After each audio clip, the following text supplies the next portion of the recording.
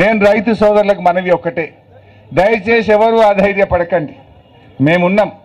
ప్రధాన ప్రతిపక్షంగా మీకు రైతు రుణమాఫీ చివరి రైతుకు జరిగేదాకా దయాకర్ అన్న, నేను, కేసీఆర్ గారి నాయకత్వంలో పోరాటనే ఉంటాం. ఈ రేవంత్ రెడ్డి మెడలు వంచి మీకు రుణమాఫీ చేపిస్తాం, ఇడిచిపెట్టాం. యాడికి పోతే అడ్డం పడతాం, ఎక్కడ పోతే అక్కడ నిలదీస్తాం. రైతులకు నువ్వు ఇచ్చిన మాట ప్రకారంగా ఇస్తావా ఇయ్యవా అని అడుగుతాం. అవసరమైతే దసరా పండుగ వెళ్ళినాక ఢిల్లీకి పోయి రాహుల్ గాంధీ ఇంటి ముందు కూడా ధర్నా చేస్తాం.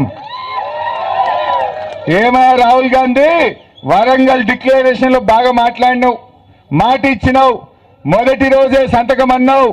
ఏడాదైనా రుణమాఫీ చేస్తావా చెయ్యవా అని దసరా పండుగ వెళ్ళినాక ఢిల్లీకి పోయి రాహుల్ గాంధీ ఇంటి ముందైనా ధర్నా చేసి మీకు రుణమాఫీ చేయిస్తా. ఇడిచిపెట్టే ప్రశ్నే లేదు.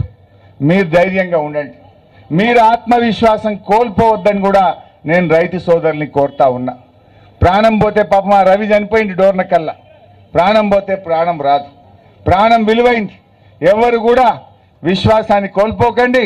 రేవంత్ రెడ్డి మోసం చేసినా కేసీఆర్ నాయకత్వంలో బీఆర్ఎస్ పార్టీ మీకు అండదండల్ని ఇస్తుంది.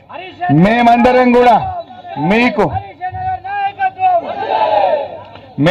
కూడా మీకు అండదండగా మేము ఉంటాం.